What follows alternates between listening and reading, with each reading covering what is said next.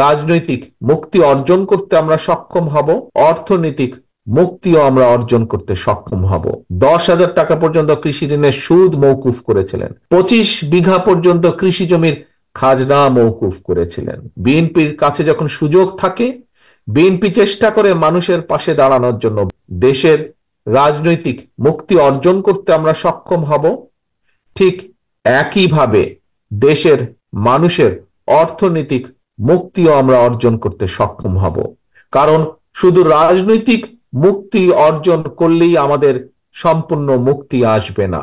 রাজনৈতিক মুক্তি অর্জনের পাশাপাশি এটিকে ফলপ্রসূ করতে হলে, এটির সুফল পেতে হলে আমাদেরকে অবশ্যই পাশাপাশি জনগণের অর্থনৈতিক মুক্তি অর্জনের পথ বা উপায় বাতলাতে হবে। বাংলাদেশের মানুষ যাদের সামনে বিপুল সম্ভাবনা আছে, যদি আমরা ঐক্যবদ্ধভাবে জাতিকে ঐক্যবদ্ধ করে যদি আমরা এগোতে পারি, অবশ্যই আমরা এই জাতির যেমন রাজনৈতিক মুক্তি যেমন অর্জন করতে সক্ষম হব, পাশাপাশি আমরা জাতির জন্য, দেশের মানুষের জন্য অর্থনৈতিক মুক্তি অর্জন করতে সক্ষম হব। প্রিয় ভাই বোনেরা, আমরা যদি আজকে আমরা এই এনায়েতপুরে আমরা এই জনসভাটি করছি, আমরা যদি আমাদের আশেপাশে তাকাই, বিশেষ করে এই এলাকার দিকে যদি আমরা তাকাই, তাহলে আমরা কয়েকটি জিনিস দেখতে পাই। সম্ভাবনাময় একটি এলাকা আমরা দেখতে পাই সামগ্রিকভাবে।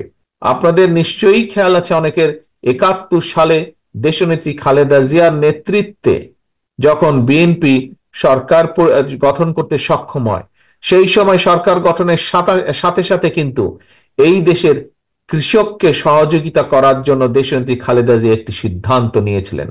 উনি 5,000 টাকা পর্যন্ত সেই সময় 91 সালে, হয়তো আমার সামনে এখানে অনেকেই আছেন সেই সময় হয়তো অনেকেই 91 সালে হননি, আপনারা জন্ম হননি, পরবর্তীতে হয়েছেন, কিন্তু পিছনে আমি আরো বহু মানুষকে দেখতে পাচ্ছি, বেশ কিছু মুরব্বীকে আমি দেখতে পাচ্ছি যাদের এই ঘটনাগুলো মনে আছে।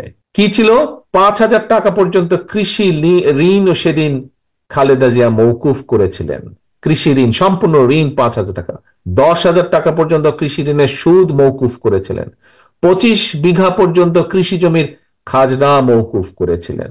প্রিয় ভাই বোনেরা, এরকম অনেক কিছু আছে, কিন্তু আমি এই উদাহরণটি টানলাম একটি বিষয় বোঝানোর জন্য। কি সেই বিষয়?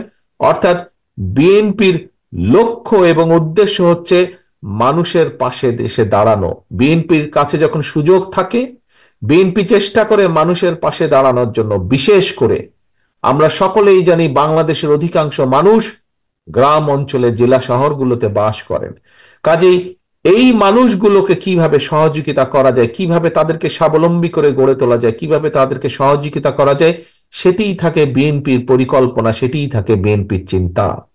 সেজন্যই প্রিয় ভাই বোনেরা, এই যে একটু আগে বললাম, আপনাদের এলাকার নাম যখনই আসে, যখনই আমরা বেলকুচির নাম শুনি, যখনই আমরা চোহালির নাম শুনি, যখনই আমরা কামারখন্দের নাম শুনি, তখনই আমাদের সামনে প্রথমে আরো অনেক কিছু আছে, কিন্তু প্রথম যেটি ভেসে উঠে চোখের সামনে সেটি হচ্ছে তাঁত শিল্প। এই তাঁত শিল্প থেকে আমরা শাড়ি বানাচ্ছে আমাদের কারিগররা, এই তাঁত শিল্পের মধ্যে থেকে লুঙ্গি বলেন, গামছা বলেন, বিছানার চাদর। কিন্তু আমি চাই যে ইনশাল্লাহ, আমার যেটি ইচ্ছা, ইনশাল্লাহ বাংলাদেশের মানুষের সমর্থন নিয়ে বিএনপি আগামীতে সরকার গঠন করলে এই আগামীর বিএনপি সরকার এই তাঁত শিল্পের পেছনে এসে দাঁড়াবে, তাঁতিদের পিছনে এসে দাঁড়াবে, তাদেরকে সহযোগিতা